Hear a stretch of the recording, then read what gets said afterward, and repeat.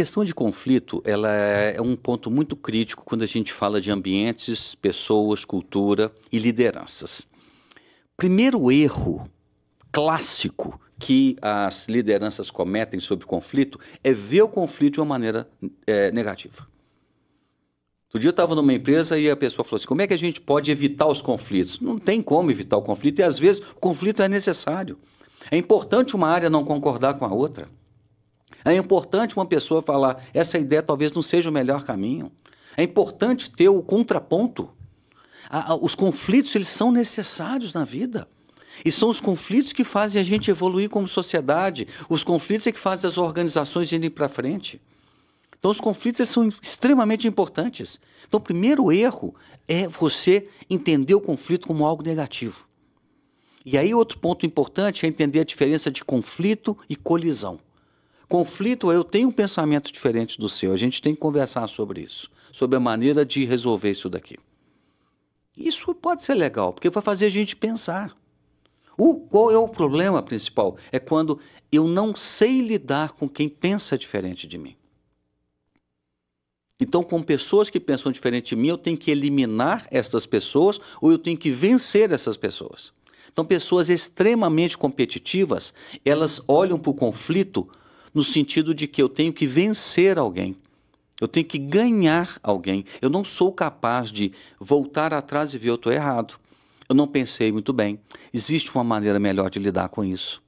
Essa é exatamente a grande questão. E aí você sai o quê? De frente com o outro. Que a gente chama isso de... alguns autores chamam isso de colisão. Ou seja, o conflito ele é saudável. O problema é a colisão.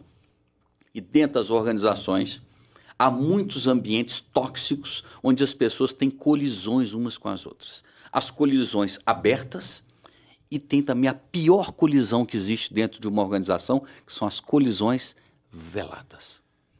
Eu te trato muito bem, oi meu amigo, oi minha querida, miga, e assim vai, trata muito bem em público, passa aquela imagem que você é uma pessoa super doce, delicada, gentil, amistosa, equipe, partner, né, e tudo mais, mas por trás você está destruindo, você está falando mal, você está incentivando o outro, está entrando em colisão com o outro. Então esse ambiente ele vai fortalecendo a falsidade. E a falsidade, ela não permite você explorar o conflito. Essa é que é a grande questão. Então, o grande papel dos líderes é trazer a franqueza respeitosa para os momentos de diferença de ideias, diferença de pontos de vista. E aí você tem alguns elementos de inteligência emocional fundamentais. Você tem que dar segurança psicológica. Você tem que ensinar as pessoas a tirar a comunicação bélica, a comunicação belicosa, aquela comunicação que agride. Que nós vamos matar esse mês? Isso é bélico. Vamos liquidar esse assunto? Isso é bélico. Né? Em vendas é muito comum você falar o seguinte, vamos matar um leão por dia. Isso é bélico. Esse tipo de linguagem é linguagem de guerra. Guerra dentro das organizações leva ao quê? Ao confronto. Confronto leva ao quê? A competição não saudável que acaba trazendo o sentido de colisão, de brigar com o outro. Então, a inteligência emocional aplicada numa situação de conflito, primeiro nós temos que enxergar o conflito, pode ser legal, ele pode ser positivo, ele pode ser conduzido dessa maneira, desde que a gente converse sobre isso. Numa empresa a gente fez um trabalho muito interessante, colocou todo mundo na mesa e começamos a conversar como nós podemos conduzir os conflitos, como que a gente pode valorizar os conflitos e como é que a gente pode fazer disso um ambiente saudável. Aí uma mulher levantou e falou, a gente pode até então começar a trazer os conflitos, ser mais franco. Então a gente tem que regular a maneira de falar, porque a gente agride as pessoas. Então nós vamos tirar essa agressão, nós vamos trazer segurança psicológica, nós temos que trazer uma comunicação que não seja violenta, que não violente o outro. E por um outro lado também, o outro, tem gente que você não falou nada de mal com o outro e a pessoa se sentiu profundamente magoada. Aliás, a sociedade, não só no Brasil, no mundo inteiro, é uma sociedade que cada vez mais nós estamos encontrando pessoas mimizentas.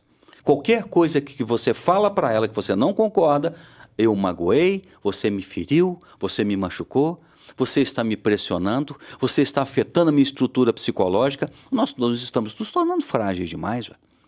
O conflito é necessário, ele é importante, desde que ele seja tratado com franqueza, com respeito ao outro. Então, eu estava numa instituição de ensino, uma instituição que vem crescendo muito no Brasil e que vem fazendo um trabalho extraordinário, estão ajudando na evolução cultural dessa instituição, e o que eu mais vi entre os sócios é falar, olha, eu entendo o que você está dizendo, eu vejo de um outro ponto de vista, completamente diferente do seu, quero te trazer ele. E eles discutindo sobre isso, e o outro chega e fala assim, o outro diretor, né, que recebeu o contraponto, eu não tinha visto sobre esse lado. E por que você pensa dessa forma? Eu assisti um debate de ideias onde todos pensavam de forma diferente, chegarem a conclusões extraordinárias. Então, isto traz, quando você trabalha bem os conflitos, isso traz para a empresa um salto de ideias, desde que exista maturidade, tem adulto conversando, e não um monte de crianças birrentas querendo provar que são donas da verdade. A verdade, muitas vezes, ela é construída, ela é provisória e ela vem no coletivo. Então, por isso que o conflito ele é fundamental. Então, o que eu sempre recomendo é o seguinte, vejam o conflito de forma positiva. E assim a gente vai lidar com os conflitos de uma maneira saudável.